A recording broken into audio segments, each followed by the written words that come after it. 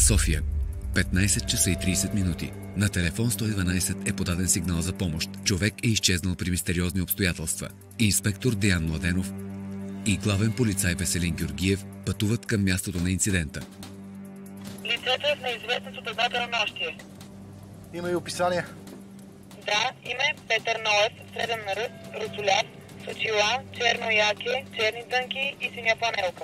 Кой е подал сигналът? Близки на изчезналия. Какво да очакваме да открием, като отидем на адреса? Лицето работи като частен съдебен изпълнител. Бил е на адреса да описва имущество. Това е последното му местонахождение. Собственикът на апартамента Иван Трифонов, код 208, е длъжник и е заподозрян по случая. Разбрал.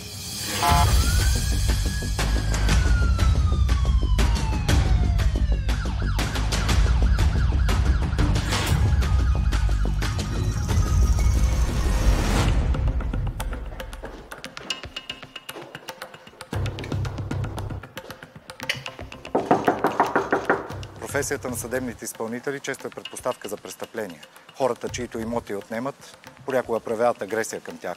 Имали сме немалко такива случаи. Колега, провери съдите.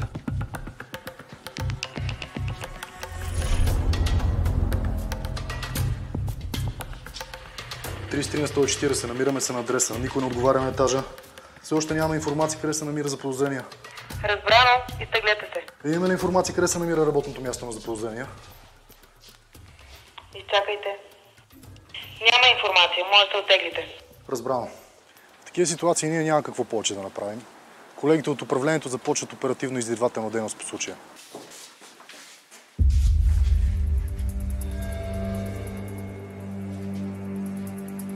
Колега, виж тук. На излизане от входа, главен полицай Георгиев забелязва съмнителни следи от кръв пред входа на помещението с мазетата. 33 на 140. Все още сме на адреса при помещенията към мазетата. Открихме съмнителни следи от кръв. Разбрано. Пращаме ви екип от криминална полиция да вземе проби. Погледайте на подоето колегите, моля. Разбрано. До пристигането на колегите от криминална полиция ние ще направим съответният оглед. Ако има ранен човек, не може да се бави. Полицаите тръгват по кървавата следа. Правят оглед на помещението с мазетата.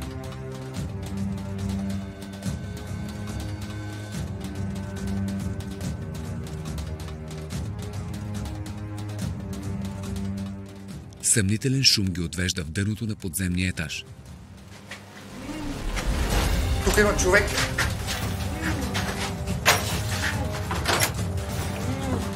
Спокойно, господине, всичко е под контрол. Добре ли сте? Да.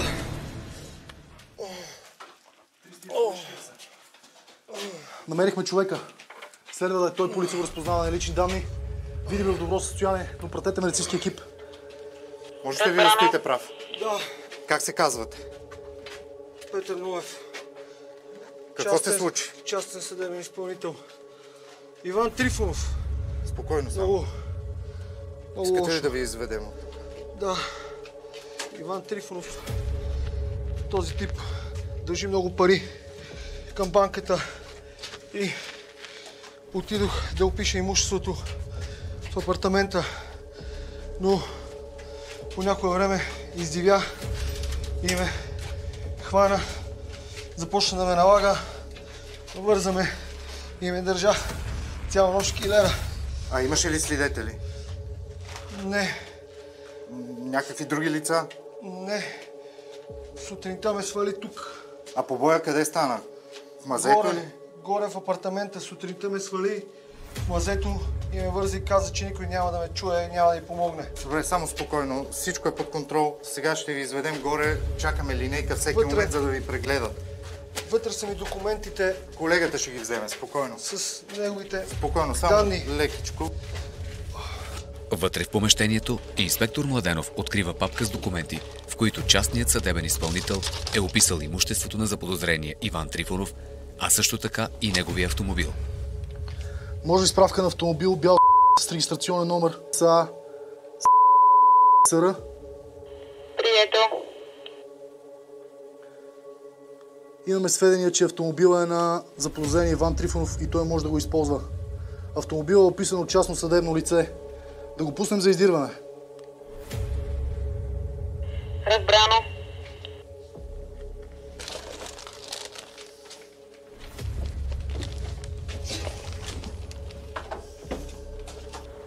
На практика, след като автомобилът бъде описан от частен съдебен изпълнител, той престава да бъде притежаван на своя собственик. Шофирането на този автомобил е неправомерно. Води се кражба, следователно автомобил се пуска за издирване. Можете ли да опишете нападателя? Как изглежда, как беше облечен? Среден ръст, черна шапка, бейсболно яке, черен панталон, леко набола брада. Добре ли сте? Добре съм.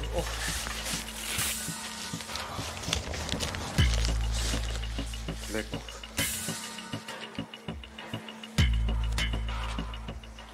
Медицински екип пристига на адреса и поема грижите за частния съдебен изпълнител Петър Ноев. Виждаме пострадалия? Да.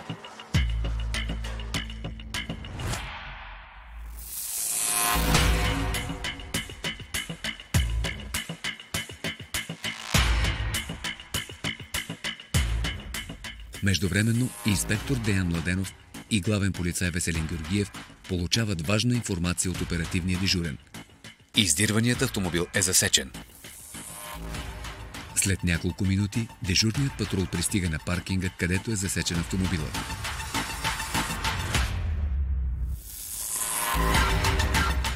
Двамата патрулиращи забелязват мъж, отговарящ на описанието на заподозрение, който приближава автомобил, чийто регистрационен номер съвпада с този на издирвания.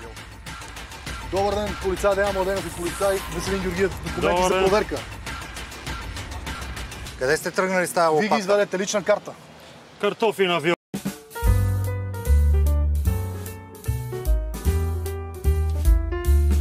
Малко ще вада. Сигурен ли сте? Карта. Сигурен съм, нали, затова си купих лопата. Ето ти книжка. Колеги, моля да проверите една лична карта. След проверка на личните документи на заподозрения и тези на автомобила, полицаите установяват, че Иван Трифонов е издирваното лице по случая. Знаете ли, че неправомерно шофирате този автомобил? Що? Това си моето какво? След като вие сте длъжник, автомобил описан от частен съдебен изпълнител, автомобил на практика не е ваш, вие извършвате кражба. Каква кражба, къв съдебен изпълнител? Това си е моята кола. Тези документи Познавате ли Петър Ноев в лицето на частен съдебен изпълнител? Не познавам никакъв Петър Ноев. Той твърди, че ви познава. Не, Сте имали издевателство над личността му. Намерихме го вързан във ваше помещение. Въобще не познавам никакъв такъв. Какво помещение? Не е никакво помещение. Имате някаква грешка. Трябва да дойдете с нас до управлението за очна ставка и до изясняване на случая. Ще няма ходим никакво поделение, управление. Това си е моята кола. Не познавам никакъв Петър, Иван. Не съм виновен, за да ме викате където и да било, нищо не съм направил. Начинът, по който се държи, погледът му, цялостното му поведение показва, че този човек лъже. Никъде няма.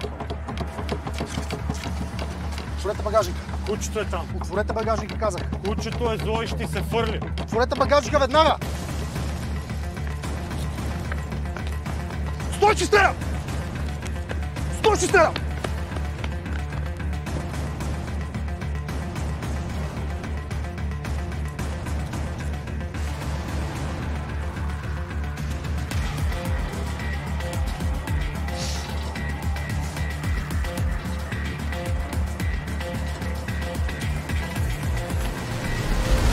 Боже, спокойно. Какво прави тази жена вътре, бе? Говори, бе! Аз съм съпругата му, Малко е. ненормално. Как се казвате? Кой е ненормален, бе? Пачам, Какво раз. правите Аз ще вътре? кажа на тебе. Чакайте, чакайте спокойно.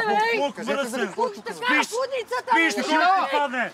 Пачаме, ще Нато, успокойте се! Нормалник са бил в тебе. Представете правилното, ще разкажете какво става. Малко ви и двамата ще ви затрием. Говорите си, не кажете ли с по-отбор, ще ви това! Тръгвай към нас. Те дописва апартамента, бе, ей! Кой съм Защото ти? ти го проиграш, бе! Успокойте се. Госпожо, успокойте. Психопат, така! Успокойте се. Очевидно мотивът на извършването на престъплението не е опис на имущество, а ревност. Но това не променя сериозността на извършването.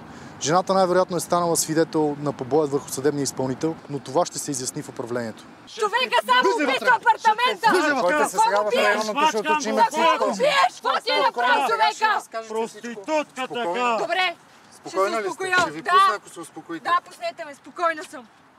То ненормалник ме бие всеки ден. През ден. Направо това вече не се издържа, разбирате ли? Успокойте се, госпожо. Обръщате ли сте се до сега? Не съм се обръщала, не знам къде. Добре, искате ли да извикаме такъв специалист в полицията? Искам, Да дадете показания. искам. Но този букук няма да излезне, нали? Успокойте се, ние за това сме тук да ви помогнем. Но трябва Добре. да дойдете с нас да дадете показания. Добре, Трябва да ни съдействате. добре, Ще направим всичко възможно.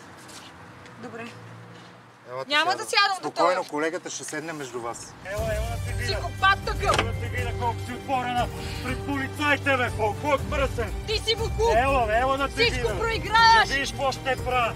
От проиграл, бе. Спокойни. Колко мръсен. Покрай единия случай попаднахме на друг. Домашно насилие, упражнявано с години. За съжаление, тези случаи не са рядкост. Така че съветвам всеки един човек, който е станал жертва на домашно насилие, да сигнализира своевременно. Така ще помогнете не само на нас, а и на себе си. Заради нанесения побой и отвличането на съдебния изпълнител Петър Ноев, както и на съпругата си Северина Трифонова, Иван Трифонов е осъден на 5 години лишаване от свобода. Утежняващи вината обстоятелства са негови предишни присъди за побой и хулигански прояви.